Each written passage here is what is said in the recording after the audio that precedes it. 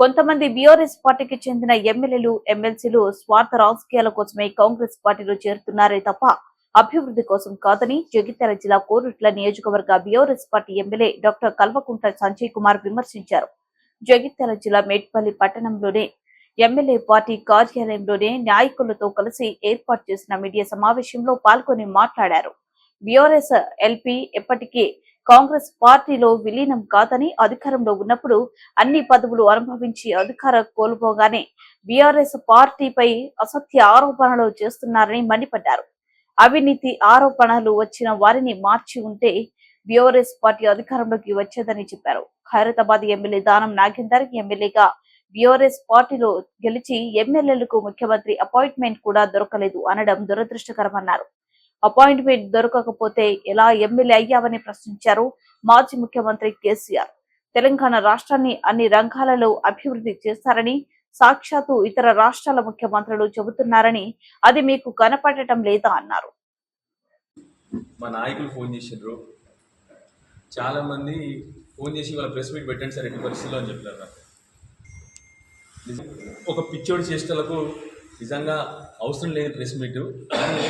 ఇక చాలామంది మా నాయకులు, మా ప్రెస్ మిత్రులు, అన్నిటికంటే ముఖ్యంగా కాంగ్రెస్ నాయకులు ఫోన్ చేసిండ్రు చాలామంది, సార్ మీరు పెట్టండి సార్ ప్రెస్ మీట్ పెట్టి మాట్లాడండి సార్. మీ అందరికీ కూడా ఇక్కడున్న నాకు తెలిసిన నా ప్రెస్ మిత్రులు అందరిలో కూడా చాలామంది మన గత శాసనసభ్యులు విద్యాసాగర్ రావు గారు టీటీడీ బోర్డు మెంబర్ ఉన్నప్పుడు మీరు కూడా చాలామంది, మీకే కాకుండా మీ ఇంట్లో వాళ్ళకి కూడా చాలామందికి తిరుపతి తీసుకెళ్ళడం జరిగింది. మీ అందరికీ కూడా మీ అనుభవంలో ఉంది, నేను చెప్పాల్సిన అవసరం లేదు. మీ అందరి అనుభవంలో కూడా ఇంకొక విషయం ఉంది.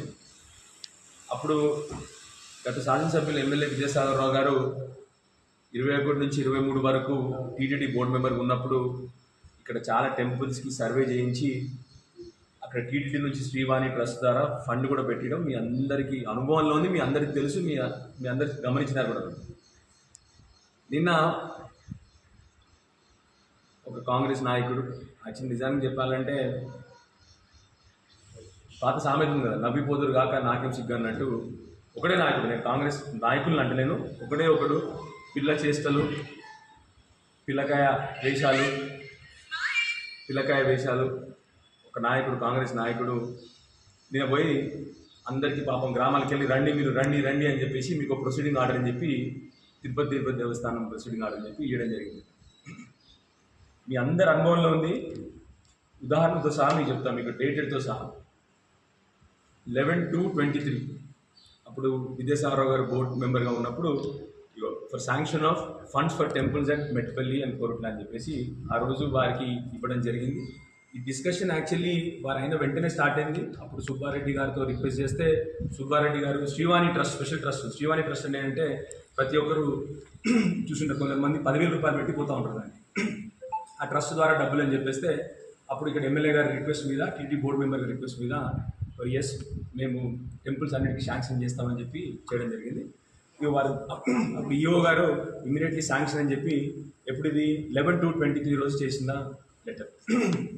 ఆ తర్వాత ఇమీడియట్లీ మీరు చూస్తే 16/5/23 అంటే మేలో ఇమీడియట్గా ఇక్కడ అనిల్ గారు, సెక్రటరీ టు గవర్నమెంట్, అప్పుడు endowment secretary to the government Anil Kumar గారు ఇమీడియట్లీ ఇక్కడ కమిషనర్ గారికి immediately start the process, give them permission to do that. అంటే ఎందుకంటే ఇక్కడ ఎండోమెంట్స్